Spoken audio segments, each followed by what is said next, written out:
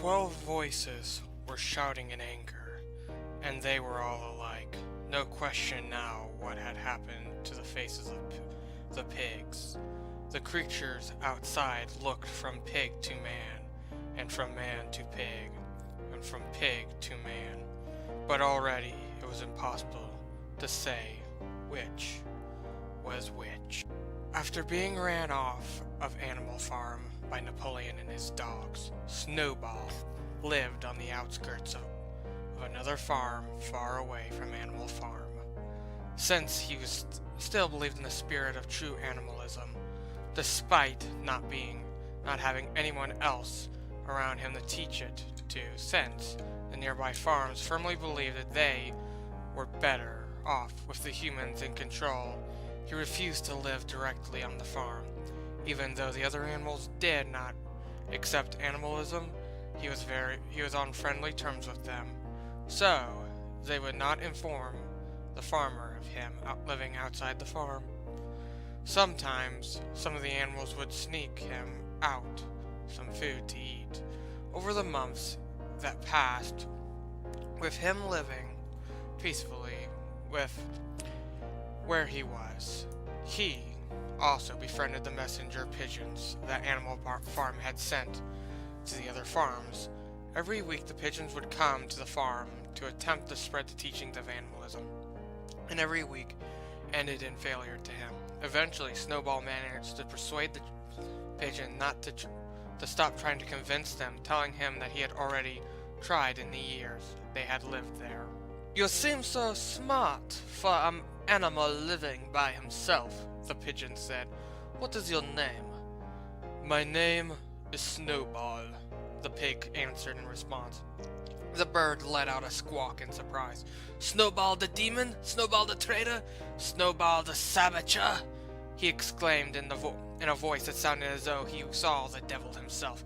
"Hold on, comrade," Snowball said, hurried. "What trickery have been placed in your head to call me such names?" The names of the word comrades seemed to calm the pigeon down enough for him to explain the slander Napoleon spread of Snowball after his leaving, of how he had torn down the windmill and done countless other atrocities on the Animal Farm. "Comrade, come to your senses," Snowball began. "I could not return to Animal Farm, sneak back here, and go back again to commit these crimes within the time allotted between them."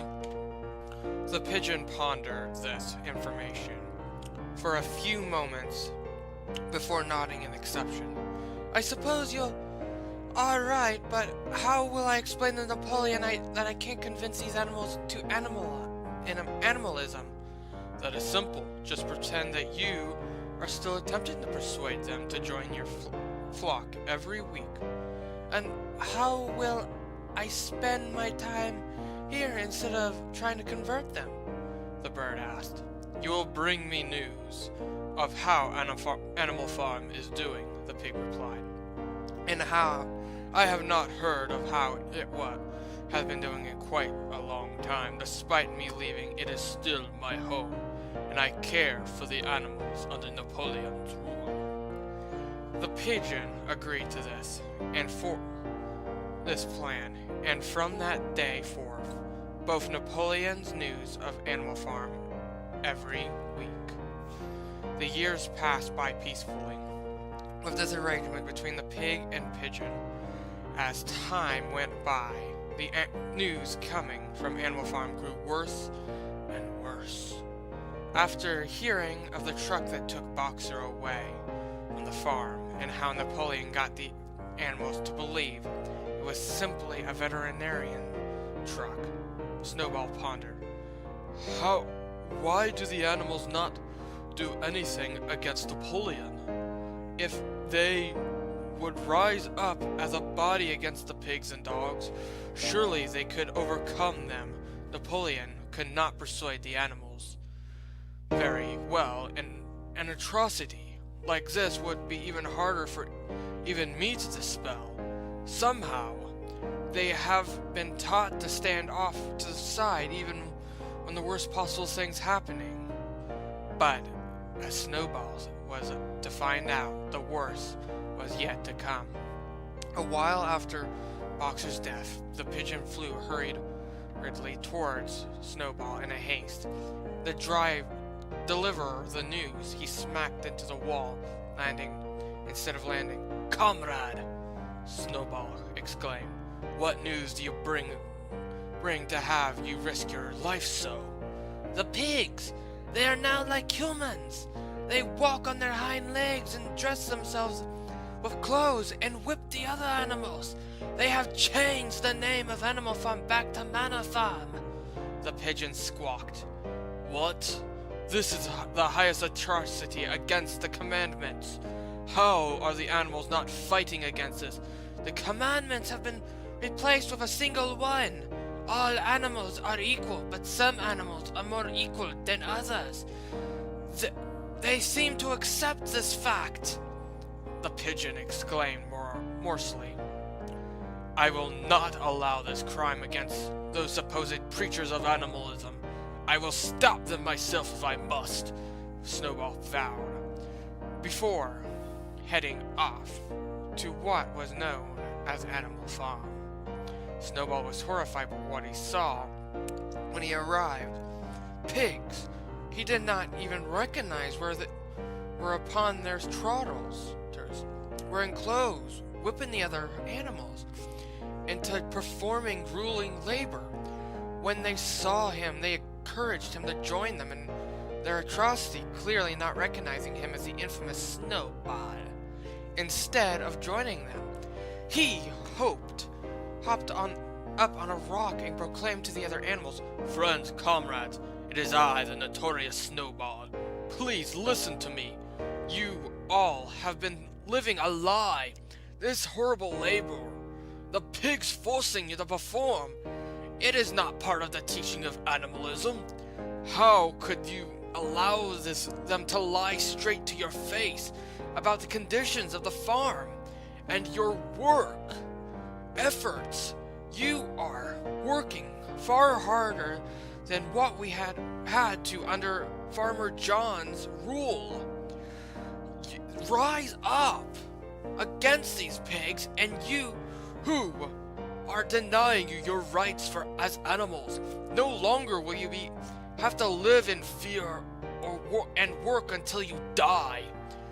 By this time, the pigs had turned back to the farmhouse to see what should be done, and the animals outside had gathered around Snowball. "Is it true?" one of the horses asked. "Are we living out our lives like we did before the pre-Republican?"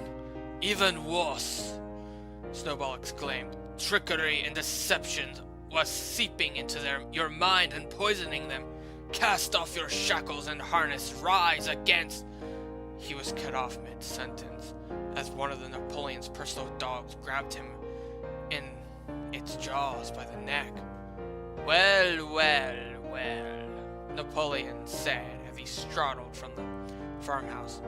Look, you has decided to return to us, and who will soon depart from us as well." He let out a squeal of commands to the dogs, who obediently took Snowball off to the designated area. Snowball was placed with his head on a stump.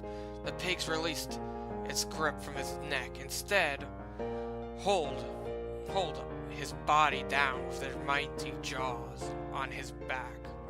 Snowball picked up a large butcher knife that was propped up against the stump. "Remember, former comrade, when you tossed these tools of torture down the well after we chased Jones off?" he asked, as he ran his trotter along the side of the blade almost lovingly before he answered for himself. "Well, I had the other animals bring them back up. I have never personally killed it before," he said as he raised the knife. "You should be honored, comrade." The last thing Snowball ever saw was the blade glittering cruelly in the sunlight as it fell upon his neck.